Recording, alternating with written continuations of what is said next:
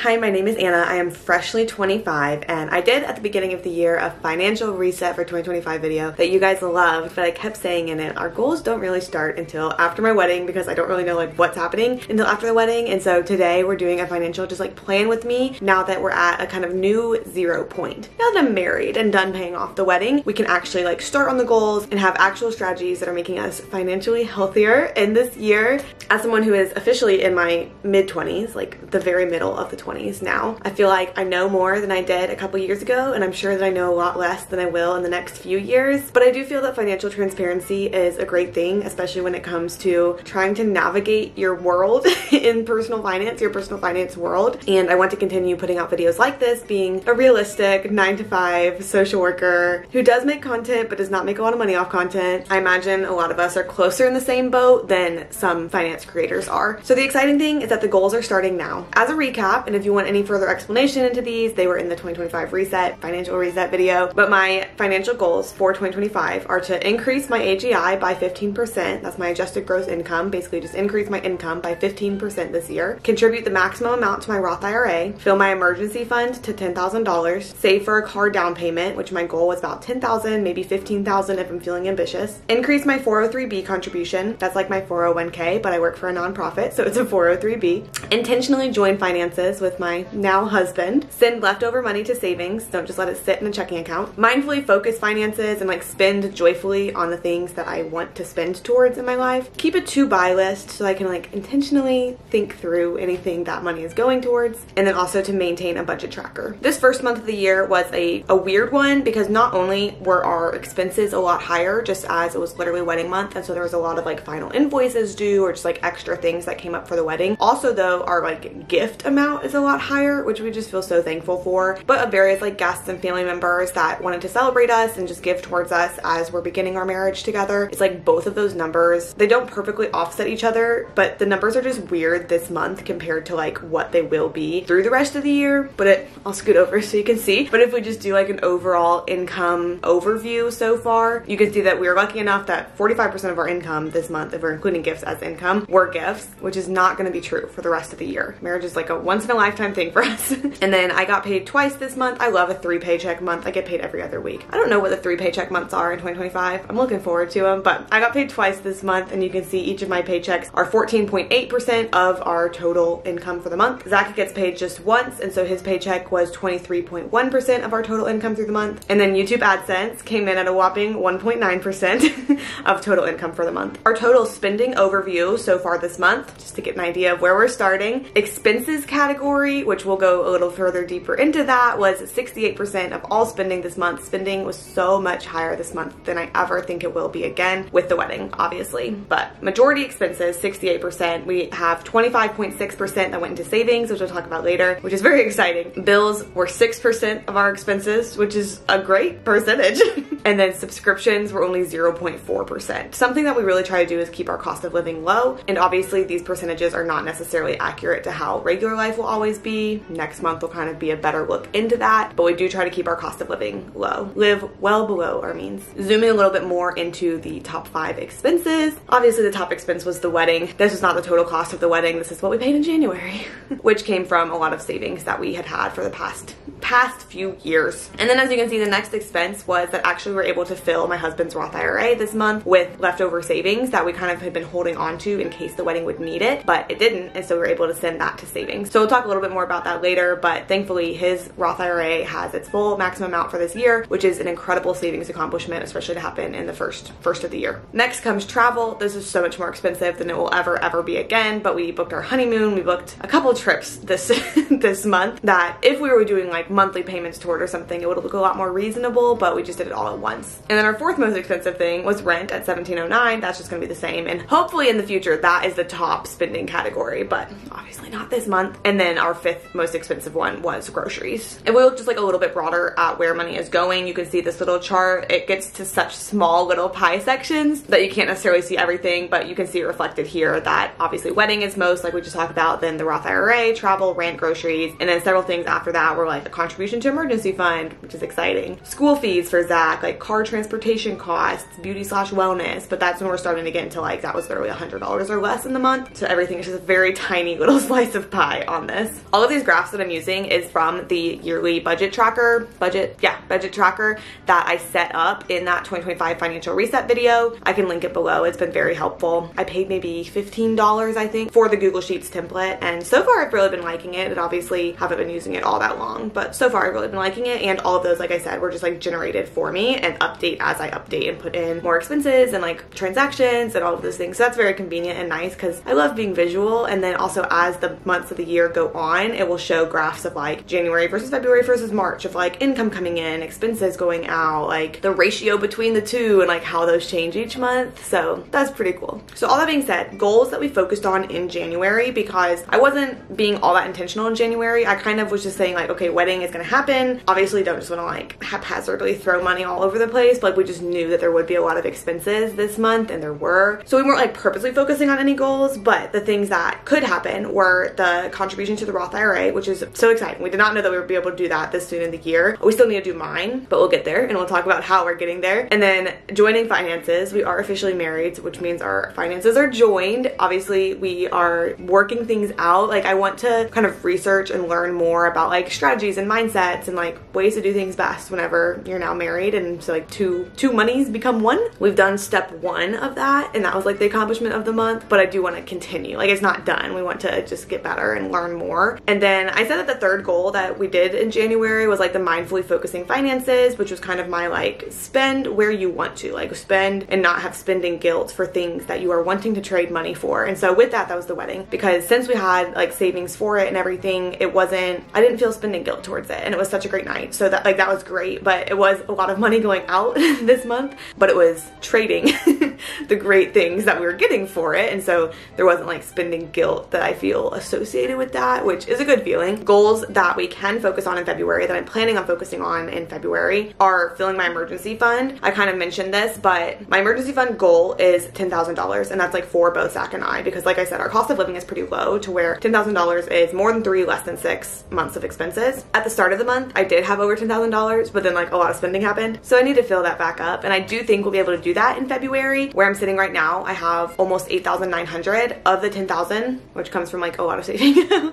years of saving, which means I need like $1,100 more, which hopefully in February, because I'm hoping for it to be a low spend month, hopefully in February we'll have enough excess that we can fill that up to $10,000. In February, we're going to focus on the car down payment as well, something that I was not fully decided on at the beginning of the year. Little backstory, I don't have a car right now. We're just a 1-car household, and we are surviving as such. Now I do know that like in the future it may work out to where we do need 2 cars again, just depending on like both Zach and I's works and jobs and where we're living and just like everything. Like I know that eventually I'll need a car again probably, and so that's where like I'm wanting to save to have a large down payment for a car whenever it is time to buy it. I don't think it'll be time to buy it even in this year. I think we'll be able to continue being a 1-car household throughout this year, but I still don't want to be stuck in a situation where all of a sudden I need a car and I don't have like any money set aside for that, especially because I do not want to become car poor with like a very high car payment. I would so much rather put a lot down and have like a very manageable car payment that I could pay off quicker than the loan. Like I want to set myself up well for that. And so I hadn't decided yet at the beginning of the year if I just wanted to have like a high yield savings account or like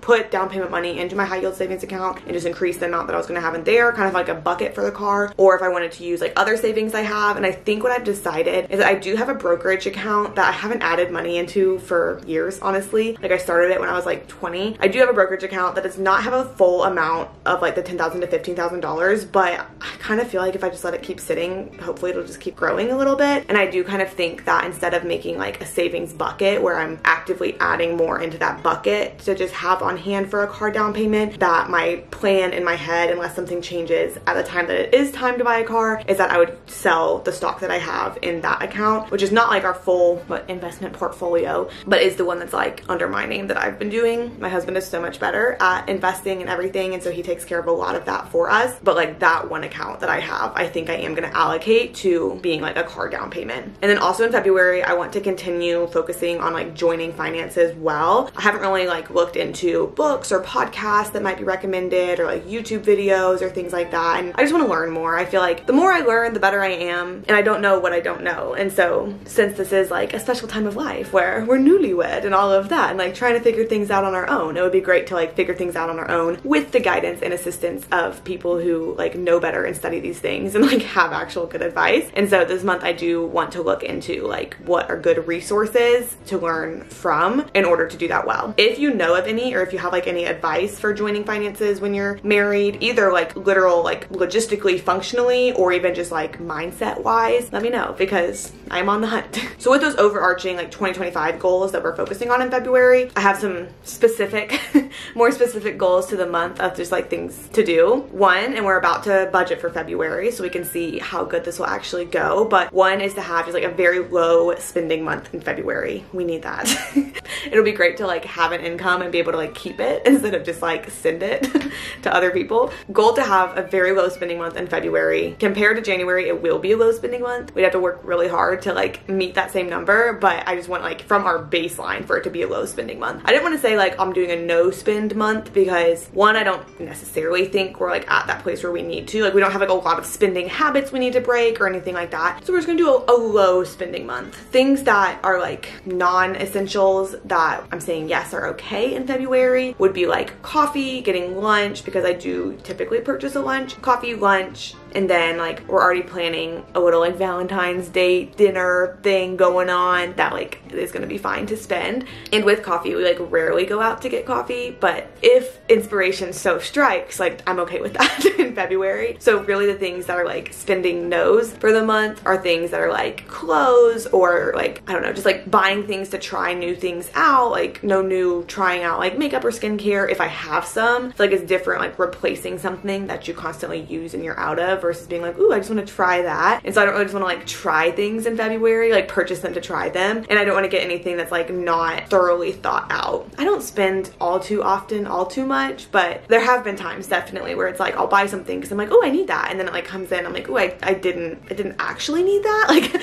I could have put like 3 brain cells to the decision instead of just the 2 that I used, and maybe we would have saved some money. So I want to be like very intentional about that in February. And then as I previously mentioned, finishing the emergency fund is like a specific goal for February, which is, it's like, I think I have like 8,890 something. So it's truly like just over 1,100 that I'm gonna need, which will finagle the budget in just a second and see if that is possible. Hopefully it is. And then also plan for my Roth IRA. So like we already have half of our goal accomplished because we're able to do Zach's this month, and emergency fund like takes priority for me. Like I want to make the emergency fund and then focus savings towards Roth IRA. I don't want to drain my emergency fund and not have it anymore to do Roth, but I do want like a plan. And I think once we kind of see February's budget and spending and everything, then it'll be easier to see like what money in a typical month is left over enough to go towards that. And then as I mentioned with the joining finances, just like a little repetitive, sorry, but like researching books, podcasts, videos, everything's to learn well. And then also in February, I am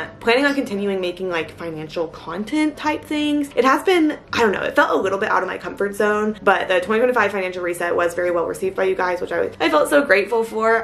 I love watching these videos because I love seeing like the positions that different people are in, and I feel like someone doesn't have to be an expert for me to learn from them and to like learn from their experience, or just like people will say random things and I'm like, ooh, that's actually like kind of game changing for me. And so I love learning from other people, and not at all to be an expert or to like have any kind of validity to give you advice, but I do think that like hearing other people talk about finances is helpful, and just like pushing transparency and like pushing you being mindful about it, or like thinking about your own spending. And it really is like using the phrase financially healthy has been fun for me because it's like there's so much content out there like pushing you to be like physically healthy or like mentally healthy, emotionally healthy, and like financially healthy is something that contributes to all of those things. Like if you are in a very tough financial spot, it is hard to be healthy in other ways, which I mentioned in my reset video. Like there have been times where my entire net worth has been less than $100. Like I have not always been in a place where I can have an emergency fund or where I can be like divvying things up to different places with like freedom. And I'm definitely not at like my ending point, but I'm not at my starting point either. And so I want to continue making content for finances. A few like ideas that I have that I think may be coming up will be like a payday routine, which I think will be kind of cool. Like budgeting for the month, maybe more in depth. We're about to do that. Maybe like a more in-depth video doing like what I spend either in a week or a month. I feel like week ones are more attainable to film, but also sometimes are kind of funny because a lot of expenses are monthly. So it just like depends when of the week. I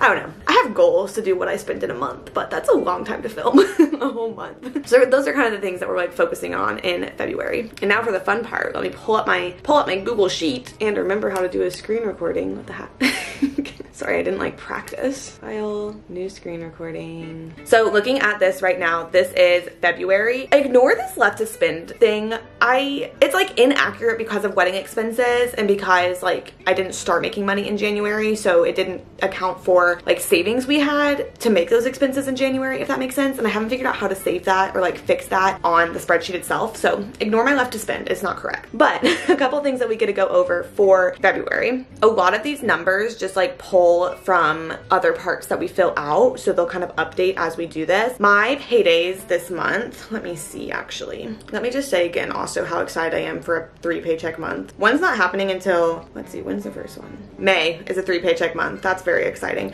But in February, we have February 7th and February 21st.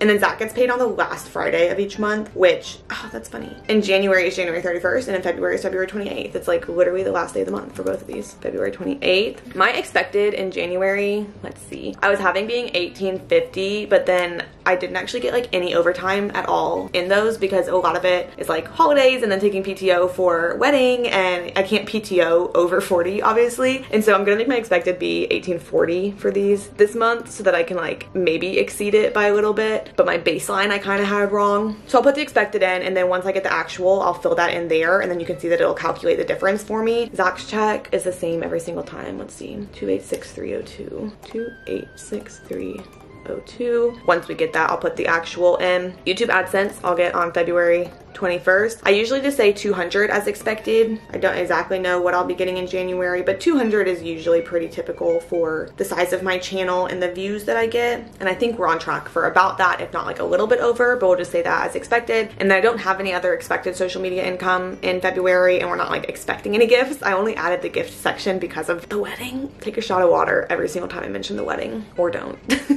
Okay, rent is due February 1st. Power, I think it's February 3rd, and Wi-Fi, I believe it's the 5th, but rent is $17.09. Actually, our trash fee might be going up. I think it's $17.09 though. Power, I'm gonna budget $100. It'll probably be a little bit under that because it's the winter, so we're not having to use like a lot of AC. In Atlanta, July and August are crazy power months, but we're okay in the winter for the most part. And then Wi-Fi is $35. So we have all of that budgeted. It does calculate this for me, but it kind of makes me feel better to like see it as we go too. I'm just doing like our total expected income, and then I'm gonna subtract the amount that is going to bills, which is the $18.44. Down here I already filled in subscriptions because it kind of just pulls from month to month. The one subscription that is new is that we did get a Planet Fitness membership. Just one, because with a black card for Planet Fitness, you can always bring a guest. And so we have the membership under Zach, and then anytime I go with him, I'm just his guest, which is quite convenient because there's not really any time that I would be going without Zach, but there are some times that like he would be going to the gym without me. And so that's new, that's exciting. But my subscriptions are Spotify, $11.99, the like Apple iCloud storage, $2.99. My facial subscription is $100 a month, and then Planet Fitness is $25.05. And so that is $140.03 from subscriptions, which leaves being able to budget for like the expenses and how much we want to send into savings. And so we still have a good bit of money to kind of play with a little bit. Something that I do always do is any money that comes from YouTube or social media goes into savings. And so just to start that, we're going to do more, but to start, I'm gonna put the like expected 200 from YouTube AdSense into my emergency fund because it deposits there anyways. I don't even have to move it. I have everything just like depositing into that. And then some of the necessary expenses are kind of gonna be guesses. Groceries is something that we do spend more on, especially whenever we're not dining out that much. And so I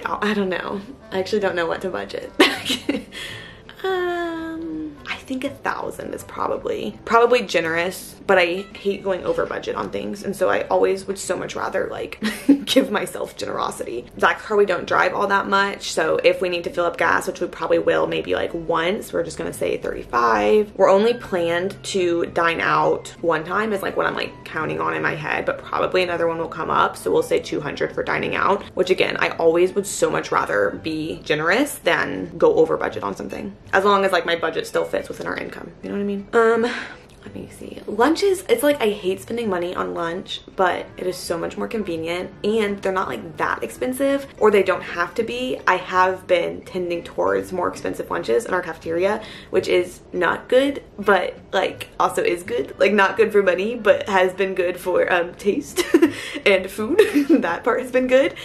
But I guess before we go into the non-essential expenses, let's go to the emergency fund because that's like the goal for this month. Let me find the exact amount that we need to contribute. Okay, we need to contribute $1,104 minus the expected $200 that I already put into the emergency fund from YouTube AdSense. That is $904, but $1,104 is going there. And then realistic other expenses. Sorry, I'll probably get more organized on this in the future, but that is not my truth for right now. We'll give ourselves $50 for coffee. Probably generous, but we love coffee. I don't think we need to buy anything for the home. I don't think we have any gifts or donations coming up. No extra beauty or wellness because my facial is already in there. Health and medical, I do have like a little payment plan going on. That's $50 a month. So that's in there. They may make me increase that. I'm not sure. The wedding, $0. Love that. Keep that $0. I will be needing new shoes, but I think I can push it until after our low spend February. Shopping miscellaneous, hopefully nothing comes up because we're doing our low spend February, but I can't decide if I should budget for it or not. Probably. I'll just give myself 100. Lunches, I need to be so for real about. There are 4 work weeks in February. I am working every single day of them in February.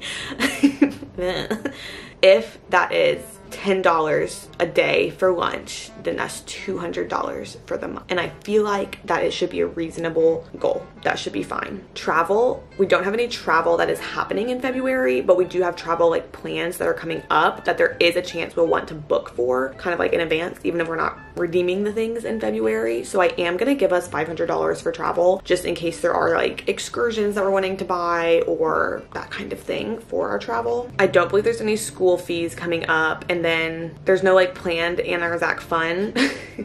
Like we will have fun, but no planned expenses, which leaves about $1,600 to spare. And so I'm gonna say 1,000 of those is what I'm going to have my goal to be to go into my Roth IRA. And then with that too, if we end up making more money, like if I am working more hours or anything, then that can increase, and that leaves like a buffer for the budget, that any extra buffer can go into savings. So then this section, the transactions tracker, is what, like, as I am transacting through the month, I can put the date, the amount of the transaction, and then it lets me pick from like what it is, even down to like down here, emergency fund, Roth IRA. So whenever I like contribute to my emergency fund, like literally move the money, I can put it there, and then it will track it in the like how there's the budget and the actual sections. It'll like update the actual for me to where I don't enter into the actual, which is kind of nice. It's quite nice actually. And then these are the areas that I showed you at the beginning of the video of like where the money is getting spent. That's where that goes, that they like make them for me and I don't have to do that.